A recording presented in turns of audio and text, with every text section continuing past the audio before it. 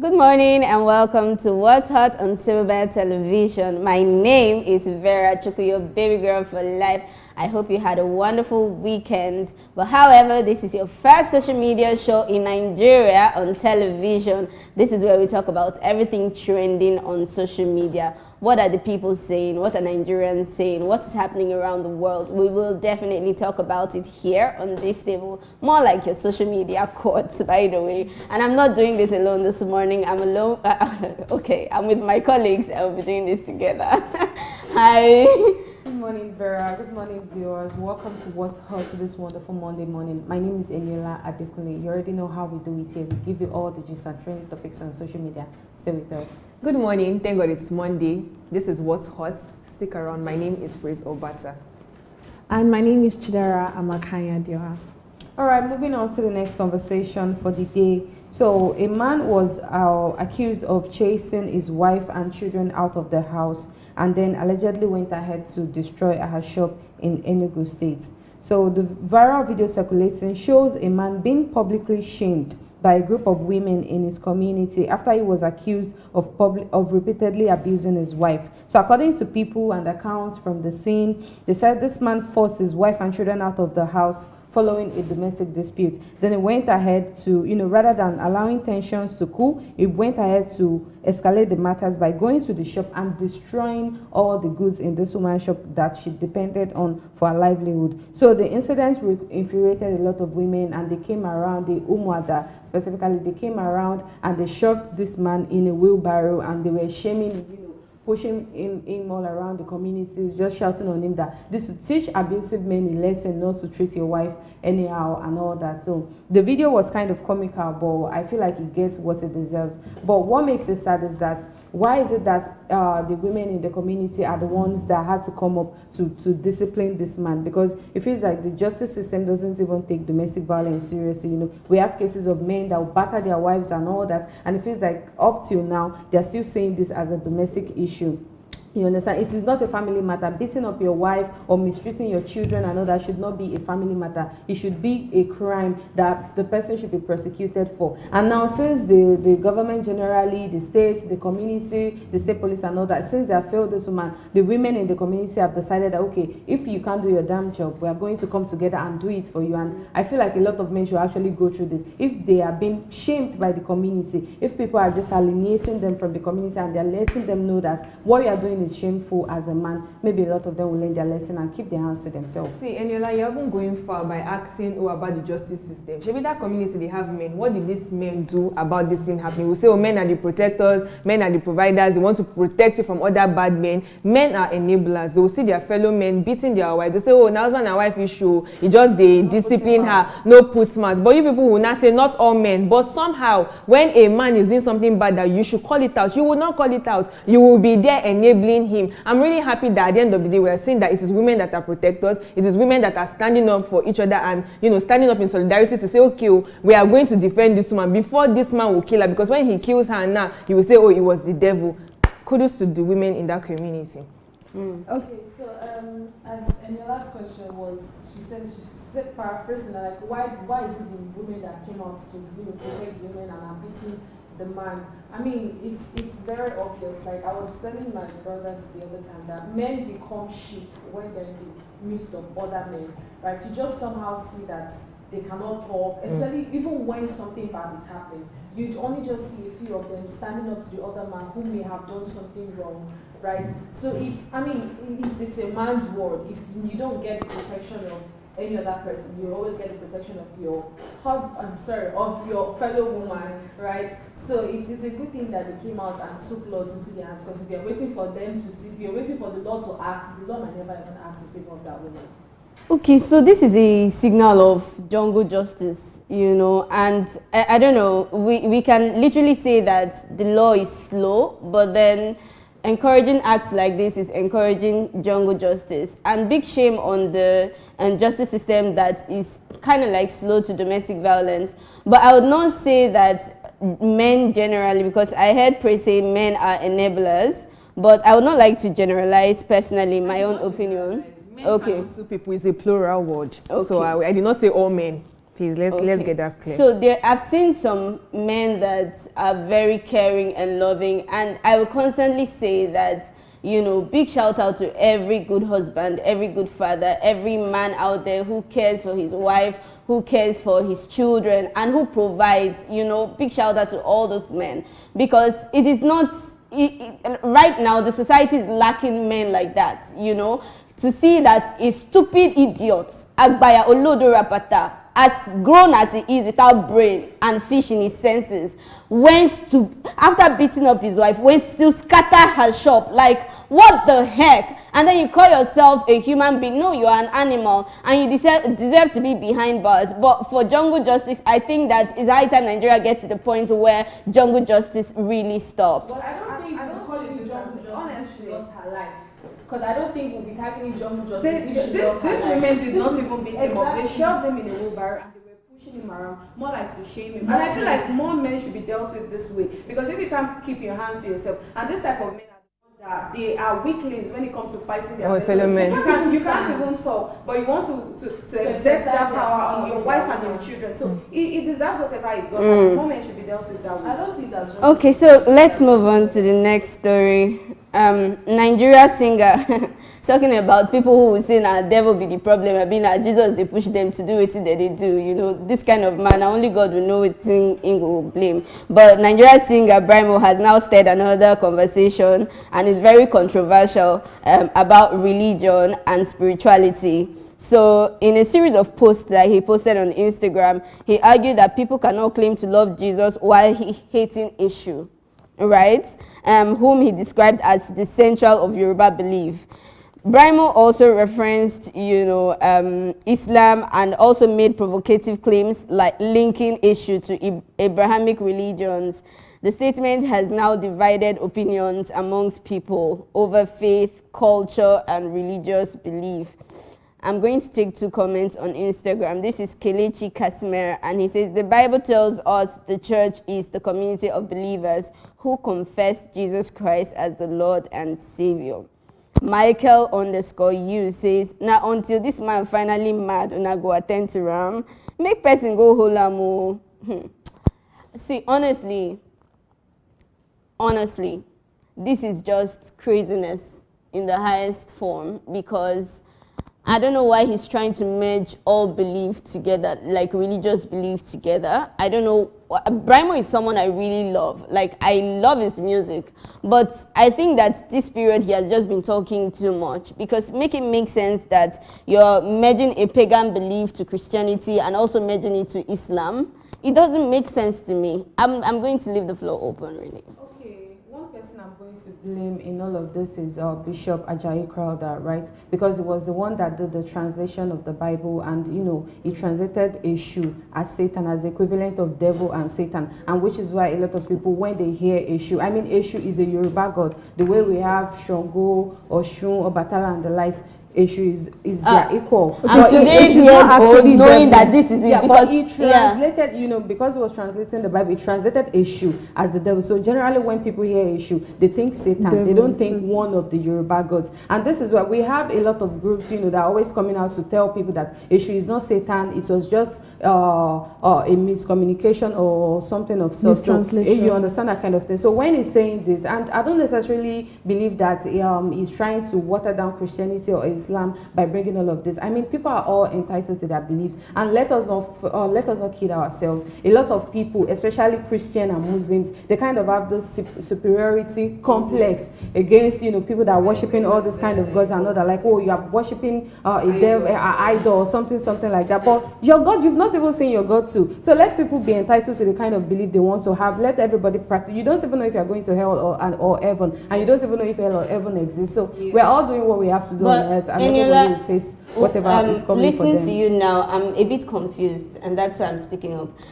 Now, are you in support of what Brimo is saying? Yes. That you cannot love God and not love Eshu? No, I don't. I really I think that's what he's saying, that you cannot say you're serving Jesus or love Jesus and hate issue. That's like the headline of what Bible says. And that's where my own confusion comes in. It's good for people to serve whatever God they want to serve. You're entitled to it. But I don't get the part where you're merging Christian. He's literally bringing proof that when you love Jesus, you have to love issue. And when you, even in the Islam, that was how he referenced Islam into this whole matter again. And besides, coming to Lagos, I felt like issue is a devil. Like, that's how people describe issue, yes. Right? But it's not in my place to say, oh, it's a bad thing or it's a good thing, right? If you worship issue very well. But why would you merge people's religion together? I like the fact that Eniola shed light on, she gave us honestly, like background history, because I did not know. In my mind, I'm like, the way we call devil Ekwensu, issue is devil in the Yoruba language, right? So the way she created our understanding, and this is what like a lot of us already, this is how we grew up, this is what we grew up knowing. Also, for that Brimo guy, the second comment you read about people like actually taking his mental health very seriously is very, very valid, because Brimo came out to make a statement about how Two-Face knew that he was sleeping with Annie Dibia at the time, and I'm like, from where to where? Like, this guy. And when I watched the video, he looked like something just decollo, like something was lost in his head. Maybe a screw was not really tightened in his head and he was really just speaking. So I'm not going to take this as stock very seriously if this is what he practices, and that's really good for him. And so but me, I agree with what Eniola has said. So because of colonialism, the white people and the colonial masters,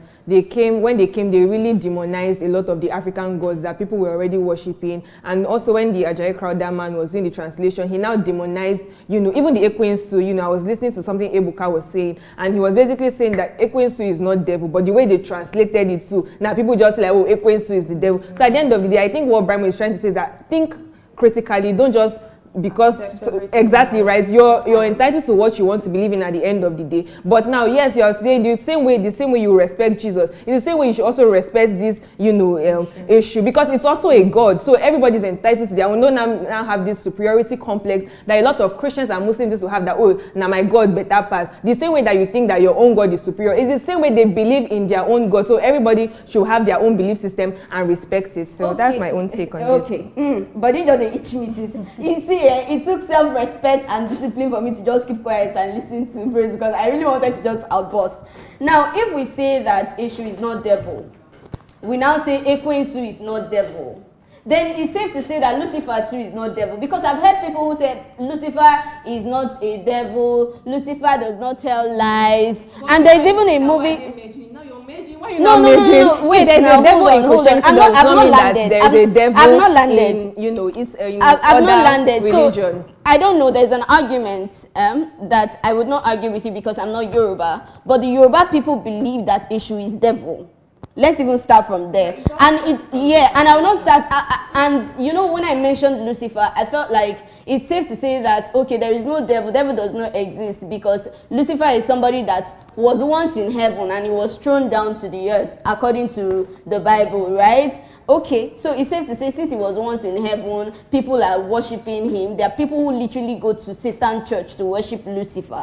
So, I mean, at this point, where is the world turning? If you want to worship Lucifer, worship him. If you want to worship Eshu, worship. But don't merge all together. It is not fair. But you're contradicting yourself, Vera. I am not. You're merging everything. I am not, because you're not saying that who is not devil. Because there's a devil in Christianity does not mean that there's devil in other religions. You're asking a question that okay, who is devil? And that's what I'm trying to say, that you're now literally contradicting yourself, because you're saying that why is he merging Christianity with Eshu? So why are you now merging devil with other religions if they don't have a devil? They don't have a devil, period. No. I'm not merging it. Praise, don't get me wrong here. Okay. If Brimo, listen, logically, right, it is not me saying it. If Brimo can say that Eshu is not devil, another person can come and say that, Ekwensu is not devil. That's how another person can come and still say that Lucifer is not devil. It's not me. My own standpoint on this is, don't merge people's religion together. Worship what you want to worship. I think what was just trying to get across is that we should all respect our respective beliefs, So if other people want to worship whatever they want, leave them to it. Don't think you are superior. That's not what we're getting at. His statement is you cannot love Jesus and hate Satan. I feel like this conversation even has like more depth, and people should actually read more before they just speak about it, because it's years of history, so if you have not really read about religion, I don't even think we should talk about it. But anyways, let's move to the next story. Now, a Nigerian businessman has sparked the heated debate online after sharing his views on infidelity in marriage. He said that if his wife were to cheat on him, the marriage would immediately be over. However, if he were the one to cheat, he would apologize, beg for forgiveness, and expect the marriage to continue. His comments have gone viral across social media, with many accusing him of promoting a double standard in relationships. Now, I'll just take two comments, and this is Sandra. And Sandra is saying, both of you to think he would ever catch her cheating. This next comment from Alex, and he's saying, funny enough, women are not scared of divorce now, especially those who have had their complete children already. Honestly, I don't have much to say, but it's just that this society, there's a lot of double standards, and Chimamanda will say something, if you're demonizing or criticizing something in a woman, but you excuse it for a man, it means that it is not the sin, it is about, the gender. So I live in a society where they want to normalize cheating, for men. And also when you were speaking more, you also said that, the way we have been programmed as African men, anytime somebody wants to say rubbish, that's how they will start. They'll say, with the way we have been programmed as African men, that we can be polygamous, we can have side chicks. And I'm like, look at what white men are doing, look at how they are building structure, look at your own, this thing that you're carrying on your head, saying, look at the way Nigeria is. How are you even fixing Nigeria? Talking about, as an African man. Is that the whole essence of what an African man should embody? That, yes, we have been programmed that we can be polygamous, we can cheat, and it is okay. But for a woman, no, it is not proper. I cannot tolerate it. I'm like, common sense is not common, really, because at the end of the day, the same way cheating on a woman is, the same way cheating on a man is bad, is the same way cheating on a woman is bad. Women do not have the, maybe stamina for cheating. It was even said that women are programmed to take that kind of thing. And I'm like, what kind of reasoning do we have these days? What kind of rhetorics are we passing across and normalizing that even young, impressionable men are having this same kind of mentality? It's a very horrible mentality, and I really do hope that women stop enabling men, because he can be bold enough to make this statement, because somebody will say, okay, now some men, they do now, it's a men's world, they will surely cheat. Of course, that's why he's having the audacity to now come and make this kind of bold statements, and somebody will still marry this man tomorrow. Somebody is married to him. So anyways, He's already married. Is married to him, and I feel like the person who is even married to him is someone who is at his mercy, right? For a man to come out and make bold statements like that means that he has someone who keeps enabling that kind of mindset that he has. And I just feel so sorry for his male children who would grow up in the same way this man grew up. And it's like I said, men become sheep when they're in the midst of other men. It's almost like before you see one person that would have a different sense of reasoning, it's like trying to look for a needle in a haystack, right? It's bizarre to think that at this very, very age and time, a man would think that a woman is at his mercy. Boy, sorry, you're sadly wrong, because he was like, if my woman cheats, I will leave, right? I'm not going to condone it, but if I cheat, she's going to forgive me. But guy, who says so? Like, I'm really just happy that women of now are woke, and even women of the Generation X are even giving advice to women of now and saying that if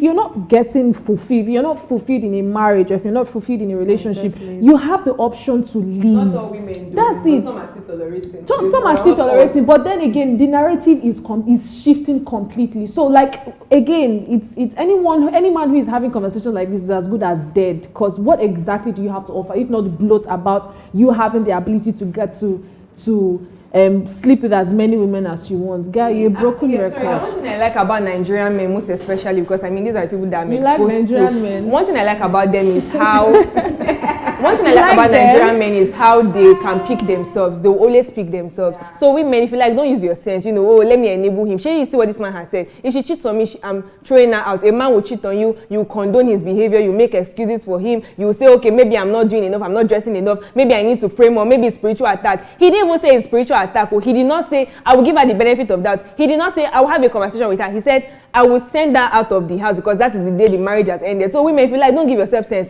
Don't learn this thing from me. Don't pick yourself.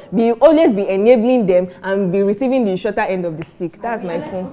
We call them patriarchy princess. They bow down to the patriarchy so much. But the thing is that society generally has like made us normalize all this kind of rubbish. men are naturally polygamous in nature, boys will be boys, just endure, stay for the children and all that. And the fact that it has now made a lot of them so audacious. There are instances I used to see and I'll just be like, what kind of audacity is it? Okay, for instance, now there was a man, like a friend, they were talking about how the wife had a baby and all that, and you know, the stomach did not go back to normal and all that, and the husband was complaining. And I looked at the man that was complaining. You look like this and you could complain about like another person's stomach. At least the woman carried a baby. So what's your excuse for looking like an 8 months pregnant woman? And the man, you know that kind of audacity, like, okay, you have to be sexy for me, you have to be all this else I'm going to look at. And you have these women that you have risked your life, you've carried this pregnancy and all that, gave birth to the baby, and you're still trying to snap back for a man that is not even worth it in the first place. Like, what kind of nonsense? And that happens, I feel like that happens with a man. Like, it happens to women who have men in their lives, men we don't rate them. Do you understand? Like, if a man doesn't rate you, guy, you're going to cry in that relationship, in that marriage. And I'm saying is, like, for the short time I have lived on this earth, I can give such advice that if you have sense that you're not valued by a man would literally adore and worship the ground of the woman he loves. So if you're not feeling that from in the early stages of relationship, just know that, guy, you're not going to be happy for the rest of your life with that person. Anyways, we have to go on a quick break. This story we are not done because I have my own 2 cents on it, but we have to go on a quick commercial break and we'll be right back. Don't go anywhere, stay with us. Welcome back. This is still What's Hot on Silver Television, where we talk about every trending story on social media.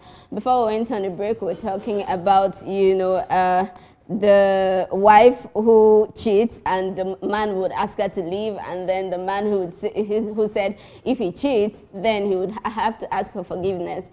And that feels very, very stupid, honestly. And I've witnessed a situation. Why I kept quiet earlier was because I've witnessed a situation where the man got back, the woman checked his phone and saw that this man was a serial cheat. Not one woman, it was several women. And then there was another time when the daughter cried and said, mommy, who is dancing on daddy's leg? Like, literally, a naked girl was dancing on the man's leg. And then the woman now confronted him and said, why are you cheating and all of that? He said, now you go check phone, now you go check. So he called her parents and said that he's not marrying again, that she should go home. For check that if you are the one that see him doing it, you are going to your father's house. And if you are the one that eventually cheat on him, you will still go to your father's house. And I'm like, what in the world? What in the world? And you tell me someone raised this man? I don't get it. So I feel like there are certain men out there that they are just weapon fashioned against themselves and women and the whole setup of marital union, because make it make sense that a man will come out and vomit this rubbish when you're referring to a human being like yourself. We're humans first before anything else. This is absolute nonsense, honestly. He just wants to eat his cake and have it, and it is not even looking like he wants an equal marriage. It's more like he wants an immunity for himself, that okay, this is the ultimate trump card. I get to cheat however I want, but the moment you do it, you're going to your house. And a lot of them will try to justify it with, oh, our forefathers were marrying a lot of wives and all that. If you check very well, the women were not happy. Why do you think they were killing their children? Why do you think there were so many crazy things happening, poisoning the senior wife's child, all that nonsense that goes on in all this, all those polygamous traditional homes or whatever. So it is not something that makes sense. It cannot work for us as a society. And it takes nothing for you to actually stay faithful to someone you really like. I don't understand what is wrong with this man. Anyways, let's move on to the next story. This one is not going to sap all our energy this morning because it makes no sense. All right, so a lady on X came out and she said, she posted her graduation photos and she gave it this quote: looking back at my throwback photos of my graduation, I am seriously regretting why I came back to Nigeria. Things we do for love, Sha, but where is the marriage now? Gone. Please, I have a master's in international relations with distinction. I need a job. Now, let me take a comment here. This is from Aki on X. I'm so sorry to say this, but I hope other Nigerian women will learn from this. You people are so obsessed with marriage that you think your life depends on it. I know it's a foundation, but I wish we can break that curse. No Nigerian man will go back to Nigeria because of a woman. No Nigerian man will relocate. I'm sorry again you went through this, but I hope they learn. Do you even know what it is for someone to convince you to relocate from the abroad because they want to marry you? I'm thinking about it and it is crazy. All right, one more from Mod on X. Do not let one disappointment make you forget how far you've come. A master's degree with distinction is a huge achievement, and I'm sure you'll find your place. Trust Allah's timing. I'd love to get to know you better too. Tell me a little about yourself when you have to. This one's trying to shoot. He's trying to shoot his shot. Oh my God. But anyways, it's conversations like this. I don't know how many times we need to have it for women to understand that, you know, I don't know if it is like in our DNA to be naturally selfish, to say, oh, we should be as selfish as men. But according to what she said here, she said that she left the Obodo Ibo for a man to come and stay with her man, and the marriage is over. The marriage has scattered, and she's like, she's still at the loss of it. I'm still going to be ringing it. Nature normally is kinder to women, but life is kinder to men. And the earlier women understand this, the better. This doesn't go to say that I'm revolting against any form of marriage, but whatever thing that you're stepping into, you need to have your number 6. Because it would have made sense if she said the man should come, or probably to make preparations and, you know, what am I even going for? This guy, that hype man that had his drama with his ex-fiance, that she said, she talked about how she had to leave where she was and she came back to Nigeria, or for him to say that he moved on with another person. This is what we see. Many times it never works out. So choose yourself first, right, before saying that you want to do something for a man. I want to speak on one comment that Chidera said. You know, Yeah. She was basically saying that maybe women should start being like men that have that they are selfish and it's in their DNA. It is not in anybody's DNA to be selfish. That is how they were socialized. You know, growing up, you know, boys is like, oh, just look after yourself. They would not. Girls is like, you have to take care of everybody. As everybody eating, you're washing plates for everybody. So girls will naturally grow up to have empathy for others and be there for others and put other people first, because she has been socialized and been conditioned. Not as if in our DNA they say, oh, you must know how to wash plates. No, it's how we have been socialized. That's the same way men have been socialized to be selfish. So that's one. Now, this whole thing, when I even saw the story, I'm like, again. Women, I don't know. There are so many stories like this, but they are not learning, you know. If a man is not adding value to you, then you know that it is not a relationship that you should enter into. You are living in Obodo Ibo, like they said in that thing, and you're coming to Nigeria and you're seeing the economic realities of the things happening here. If at all you love and whatnot, why did you not convince him to go and join you? So many women will leave their careers. So many women will leave their own properties. In fact, some women will even have properties and put it in their husband's name because they want head of home. Women, please, you're giving yourself sense at the end of the day. Any man that will not add value to your life is not the one for you. And this is not to say that some women have not come to Nigeria, you know, from the abroad and they've made it here. But it's about the quality of man. Most times, these women that come back to Nigeria is for men that don't really have potential. They are not sure. They don't know what they are doing. Exactly. So we actually be looking at the quality of man, because some people might not say that, oh, are people not making it in Nigeria? That's not what I'm saying. You can leave the UK and even have a better life in Nigeria. But look at the man that you're dating. Is it an opportunity that you're just wanting to use your Yankee, you know, visa for something? Because there's this. Okay, never mind. Oh my God, Oh my God. But anyways, all I have to say is that women can be losers too, and this is an example of loser behavior, because you know what it takes for you to be abroad. I don't know if she was born there or maybe she migrated in adulthood or something, and you knew how long it took you to be able to walk through going to school, getting your masters and all that, and you decided to throw away all of that to come back for a man. On this show, we've talked about women who left countries like France, who left countries like Canada to relocate back to Ekiti with a man. You understand that? Like when they're talking about it, it feels like, were you not thinking with your head? So you left a land with opportunities and all that, with all the realities we have been screaming on social media, with how hard things are in Nigeria, and you left where you had better opportunity to move back with a man. And then when you move back, you are now saying shege. You are coming around to tell people. I mean, what were you expecting? A man that could not work hard enough. If he really, really wanted you, he would have worked hard enough to come and meet you there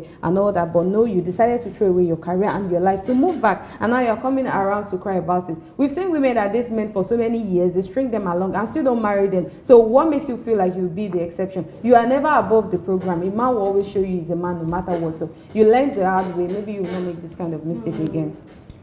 Okay, so the way I see the thing is, shege get level. you know, and they don't write these things on the forehead. So sometimes we are too hard on women that eventually divorce their husbands, because sometimes people can pretend. And let's even leave that aside, right? When we talk about this particular woman and this particular story, pure complete for me, because literally she happily left the abroad and came to Nigeria to marry. She did not cry out until the marriage ended. Then she came.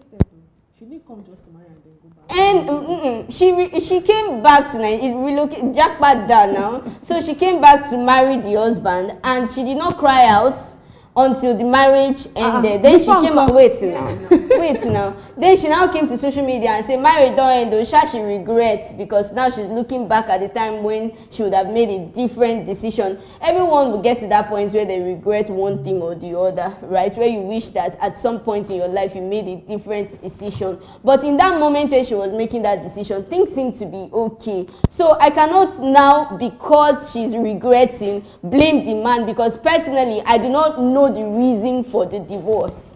I mean, it's easy to say, oh, she left her life for this man, but she's not dumb. Someone with masters would have already calculated the life she wanted to come to Nigeria to live, even while being married. So at this point, number one, I feel like we're too hard on women, because shege get level. There are different dynamics as to divorce, but for this story alone, I feel like I can't blame the man. See, I get what you're saying, but the thing is that, are you not trying to police people that should come and crash out? I invested something and investment no work. Make I no come cry for social media care. At least you will crash out now. You put money somewhere. Yes, when the good is going well, I won't come and talk, obviously, because I'm chopping good. When it's now bad and I realize that, oh my, that was a bad investment, I will come and crash out. And that's what she's doing now. Congratulations to your crashing out. Remember, now you are saying we should be kind to women. Why you can't say congratulations like that? Congratulations to your crashing out now, because the story is not complete to me. That's what I'm saying. If you want to, if you know in your life plan that it is the abroad you want to live there, and find a way to bring your man there. But if you know it's Nigeria you want to live here in peace. Like, so if you want to come out and crash out, make your story full. It's not that you're regretting a time and a phase in your life where you now had to jackpot, and then you are now the public is now blaming it on the man you came to marry. The man could be innocent in all of this. You don't know shege where the man fit don't come see. But that's my own point of view. But we can move on to the next story. She's still a loser. But moving on, a prophet publicly blames husband for couple's infertility in a prayer session. So I don't know if I should even call this tone deaf or let's just get into it. So during a 2025 Zion Movement event, 2026 rather, Zion. Ebuka Obi addressed a couple's plea for children. Singling them out, he declared that the wife was healthy while pinpointing the husband's infertility. So he said, and I quote, "Your wife is healthy. If she has sexual intercourse with another man, she will get pregnant. You are the one with a 0 sperm count." And this is in front of the whole congregation. So let me take two comments. This is from Wattsman, and he says, "The youth of this country are funny. You are insulting a man of God for demonstrating the power of God. But your politicians also go diabolic to keep your country in bondage, and you guys can't do anything about it. You come online to drag pastors for bringing solutions to families. The political class know that the strength of the youth is only shown on keypad, while the real power is demonstrated spiritually to keep the country in bondage. If you insult Prophet Ebuka, something is really wrong with your foundation." Wow. Okay. This is from Benfield, and he says, if he truly had that vision from God, he could have taken the couple aside and revealed their problems to them, while also encouraging them to seek medical help for what is clearly a medical issue. I also think the couple is unwise, because they should have gone to a hospital instead of relying on a man of God for public display. To me, this entire performance looks more like a show for the audience than a genuine effort to help the couple, but it is religious stuff, so I can't say more.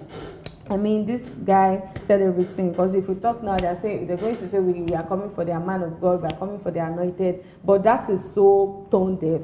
How could you single out a couple? You know, infertility issue is something that is so sensitive that you shouldn't even, you know, be trying to question a couple why they don't have children or all that. And then they came around to talk to their pastor, to confide in their pastor, oh, we've not been able to have children and all that, we need your help. And when you saw the vision, because you saw the vision, and you could not single them aside to say, okay, this is the problem, you guys should go to a hospital, try and seek medical help. You decided to put on a show in front of the whole congregation. Their vulnerable moments, you decided to announce to the whole church that your husband has low sperm count. That is why you guys cannot have children. I mean, what kind of miracle is that? He saw that as a vision. Yes, and he said. Oh, it was not even a medical result. No, he saw the vision and he announced it to the whole church. And this is my problem with Nigerians generally, because we are looking for a church. Well, maybe they've tried everything. I'll give them the benefit of the doubt. But why are you in church? Why are you not in the hospital trying to get the solution to your problem? Why are you going to talk to a man of God and now he's using you? So did the couple come out to complain? Yes, they were the one that came out to complain, and he was actually saying it right in front of them to the whole congregation that the husband had low sperm count. So why are they complaining? You don't get it. They don't have children. No. Why? I'm asking myself why they are complaining, because as I am now, there are many places I will not go to because it does not align with me. They are not complaining, Vera. You don't get the story. It was in a congregation. He was doing the vision there, telling them in public, and it went viral. Now, if they came out to complain, they came outside in church. That's what he was doing. No, people's reaction are mixed because this is so somehow. Okay, it's about people's reaction, not the couple. They didn't complain. They didn't come out to complain. Couple, yes. As long as they are not complaining, me, I don't have a problem now. Let them go to the hospital to confirm whether he has low sperm count or not. Because if they had come out to complain, then me, I'll be asking the question, why are you complaining? There are a lot of places you shouldn't go to when you don't align with it. You see that a church, they call out people to tell them that it's their grandfather's demon that is after their life. You know, and they say it openly, and you still went there with your two left and right leg. And so whatever you see, you take. So I mean, as long as they're not complaining, let them go and confirm, you know, their medical whatever. So all these religious leaders, they don't used to have discernment, and you think that for people that are close to God, like most of them claim, although this one I don't believe in his ministry, but there are people that believe, and who am I to challenge their belief? But you are meant to be having discerning spirit that okay, there are some things I should not say. Privacy, somebody has, you know, confided in you. Okay, no, not really sure, because he said he saw it in a vision. Okay, I've seen it in a vision. God confided in you to say, okay, my son, no, tell these people. Why need to call them to a corner? Imagine, because maybe you want to prove to people that you're seeing vision, that you can see something. It's actually unfair, and this thing is also related to when pastors, you confide in them and tell them that this is what is actually going through. The next thing, they go turn your story to gist for altar, and everybody will be laughing. Even some won't have the audacity to call your name. I think that these men of God should be having tact, you know, don't just be talking anyhow, be having discerning spirit, be talking in moderation, and be doing the right thing. Now these people, now all their problems, you have brought it out. I hope you have solution for them, because as you are seeing, did you also see the solution that will help these people? Because I mean, they are in the church because they believe that your God that you're serving or working for will do something for them. So as you are now doing this one, please also solve their problem for them. I think that's my own 2 cents. Okay, so it's almost like every single member of that Zion ministry, they just somehow suspend their brain when they enter that building, right? And they have the same mindset.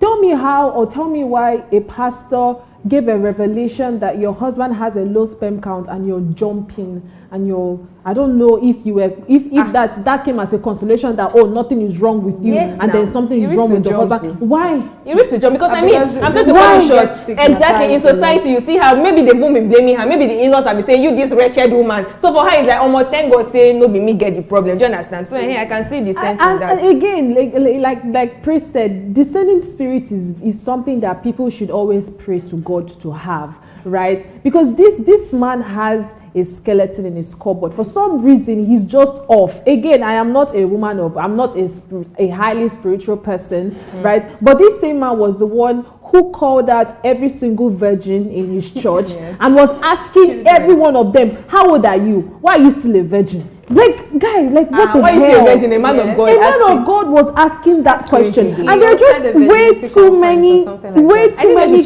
know why they do that. Yes.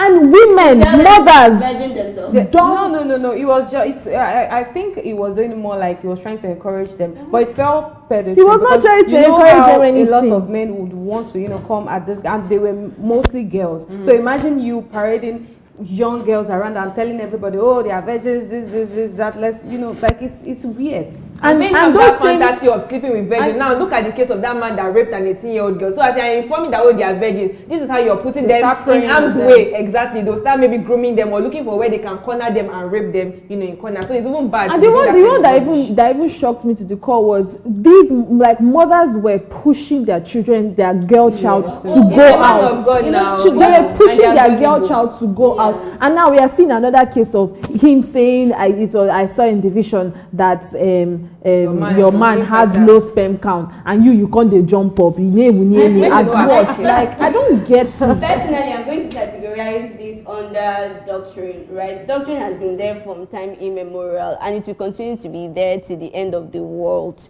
So I feel like if a doctrine does not align with you, don't go there. I mean, until it becomes the federal government problem or a legal issue where they have to now give, constitutions around, how men of God begin to see their vision and how it's being disseminated to the, or that information is being given out to the public, then maybe they would have a structure around that. But if the doctrine does not align with you, stay in your goddamn house. Period. Anyways, moving on to the next story. Rapper YC has clarified his comments from the Olodo uprising conversation, saying he was misunderstood. He explained that his message was about Nigeria's growing obsession with money, not about education or class.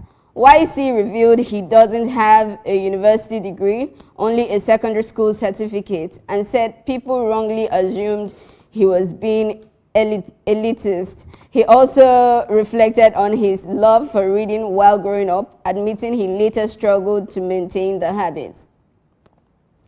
I'm going to take 2 comments on Instagram. Hefeth asking says, my brother who understands, who no understands na Olodo. Then Mr. B Moves says, the chase of money has made most people ignore the fact that they need to build real, undeniable value. I mean value that makes you unique as a person. I didn't say making money isn't a good thing. What I mean is, if chasing money is all you do, then you're exactly where those who design the system want you to be. Interesting. So, sorry, I have one question on this table because when I saw this article, I was not clear about something. Is it not Tim YC who mentioned Pella in his last Olodo uprising conversation? Yes, it's the one. So now, I feel like he's now speaking from 2 sides of his mouth. He didn't exactly mention Pella.